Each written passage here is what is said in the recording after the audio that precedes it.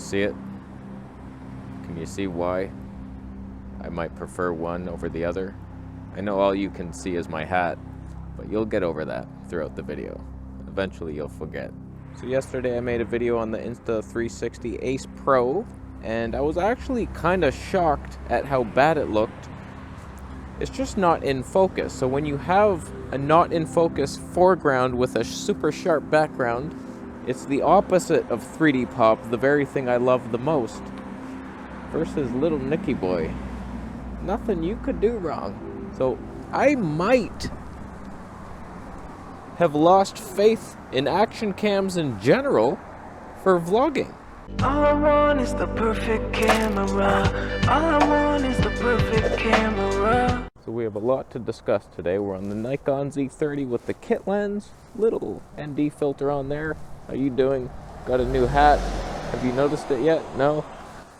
Versus the Insta360 Ace Pro. I've changed some settings. We have medium sharpness now. We're in standard instead of flat. I turned off the frickin' AI highlight thing, whatever that was giving me HDR face. So hopefully things look a little more normal. Wow, that's a nice shot.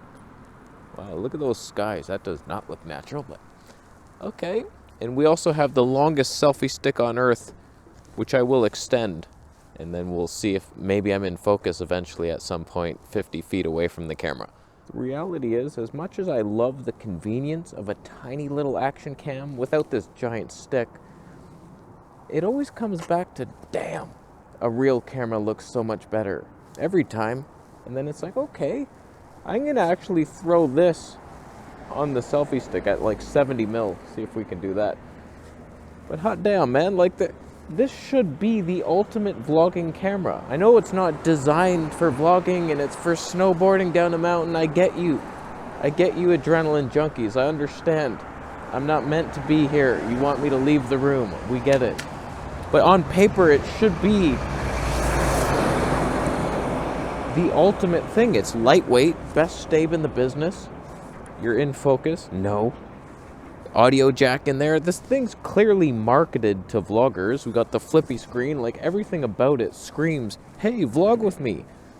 But how are we still doing the same main flaw where you're not actually in focus at all for like 50 feet? If you want the dumbest look possible, have a blurry person in your shot with a sharp background.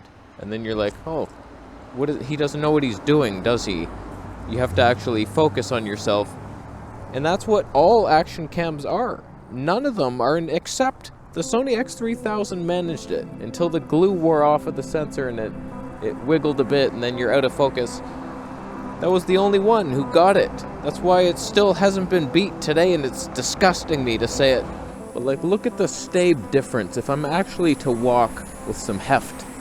Action cams are superior. Your audience is going to enjoy this shot much more than this. This is egotistical. It's just, oh, I'm sharp. Oh, the colors are so nice. It's Nikon. Oh my God, his hat. Where did that come from? Wow. Didn't even know they could make something like that. This should be it. We shouldn't be thinking too hard about it. But the reality is, there's so many bad things about this. All right, let's do it. Let's extend this thing on out there to the gods. To the heavens shall you go now. Maybe we'll be in focus at some point.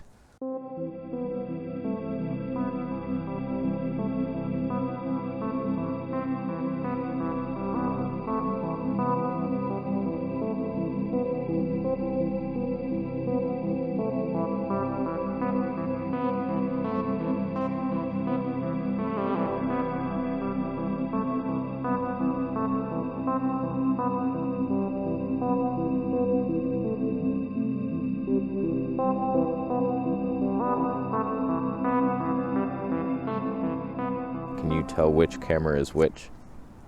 I'm not gonna tell you. You have to figure this out on your own. On your left, over there, is the Nikon, obviously. So, like, am I now in focus at some point? It's just, like, do you have any idea how painful this is on my arm? the leverage, even though that's lighter, it feels much heavier than this now. What a bitch and a half. That's easier, not gonna lie. So obviously I've driven home the point that action cams aren't actually in focus, and I'm tired of the marketing material telling me that it is. With a flippy screen, there's a bunch of happy people gathered around each other hugging. And they're just like, we're vlogging. This is our life. It's so exciting. You could be us. Where it's like, no, I don't demand much. I don't want a super blurry background.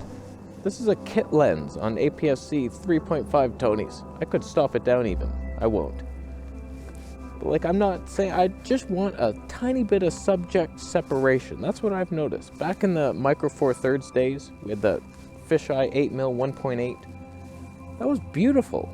It was just like a slight separation. It's like, oh, a little pop, a little 3D pop.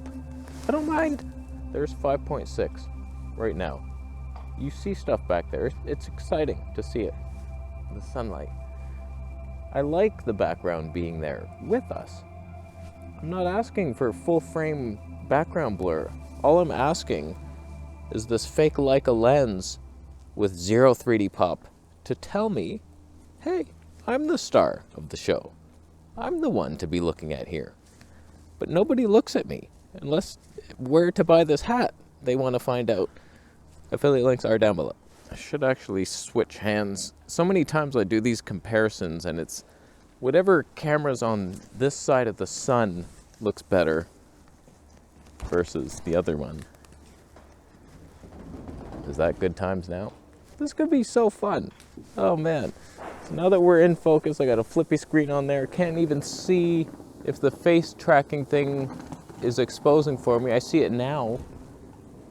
I feel like it disappears. It's flashing on and off. I can't tell with my amazing hat.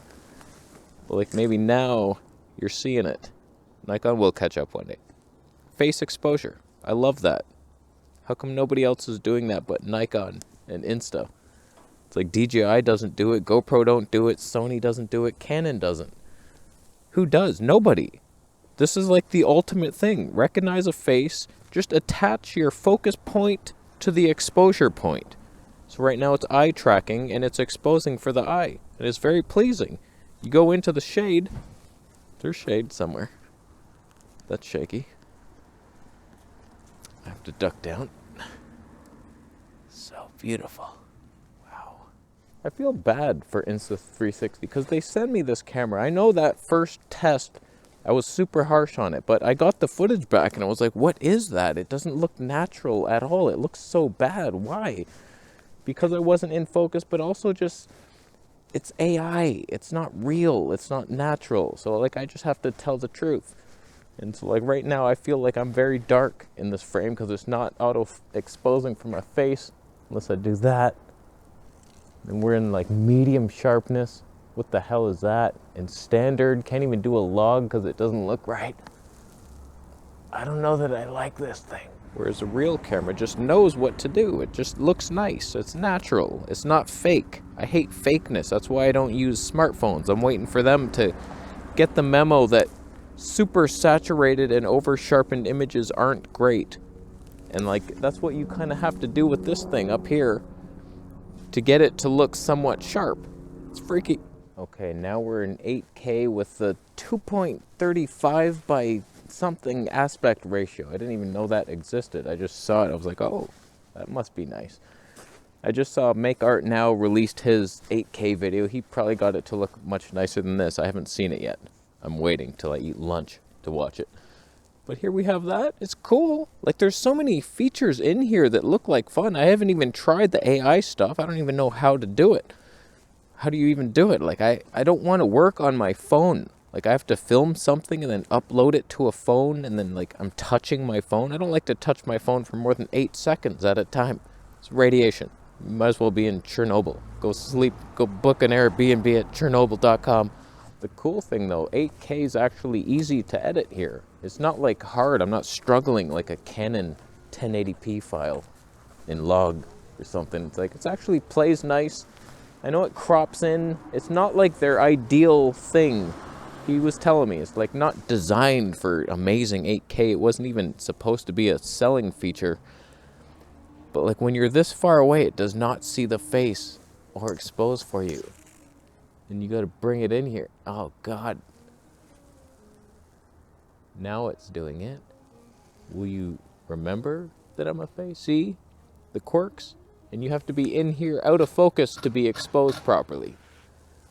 So like all your cool features doesn't matter if you're not in focus. The only real solution would be to actually design a camera for vlogging and stop pretending that you're doing that in your marketing material. Nobody's done it. The Insta is designed for snowboarders. Focusing way out there to make sure the environment is great, and then maybe it does lead the industry for action cams, but not for vlogging when it's a handheld thing. So like you would have to redesign it to be in focus right there, right here, with a shotgun mic little attachment. Boom, so compact and easy, but you're not doing it. We're on the Nikon, by the way, at 24mm on a super long selfie stick. Stabilization, probably not the best, but it's what Insta has forced my hand to do. This is what I have to do to get an ultra wide shot because your camera wasn't in focus. So who's gonna do it? Who's gonna be the first to design a vlogging camera? You could say DJI Pocket 3 already did it. I hear you. That's basically it. That's what we have to resort to. But what if I don't like the gimbal and I just want to be normal? That's the annoying part. Action cam's so fun and small and tiny. Go ahead, man. Go ahead. Man, that guy did not want to be in my show. I was just walking by. He had no idea I was so zoomed in, and he wouldn't have been in anyway. But he was like, I don't want to be in. You'll have to talk to my agent and pay me rights. I'm like, you're in public. I wouldn't have to pay you anything but respect. So I didn't include him in the shot, did I? No, I did not. So obviously the Nikon is the perfect camera at 70mm equiv, and nothing could beat this. Okay, testing out the zoom feature. Insta360, focused on that wall. We're gonna punch in. You lose time during this moment. I don't know, I did a comparison and things went haywire. So there's that. Let's see what the Nikon looks like with just a regular zoom lens. Okay, here's Nikon. Hopefully we're focused on the wall. Zooming in, didn't lose any missing time to aliens. And there we have that. Probably looks better, stable. You just get a little cheap kit lens, similar price to the Insta. Oh, the versatility. Wow. But in my opinion, Insta360 has a long way to go to look natural. They're kind of doing the same thing they used to do with the 1-inch sensor cam. It was the same problem. You're out of focus. What's the point? Like, nobody's worked on that flaw. That we're focused out to infinity, and then we're getting bigger sensors, and the problem's only getting worse. So I don't get it. Design something to be in focus, and then I will look in your direction. Nikon, how you doing? Do you agree? Affiliate links are down below for you. Thank you, Insta360, for sending me the camera. Subscribing for more videos. See you next.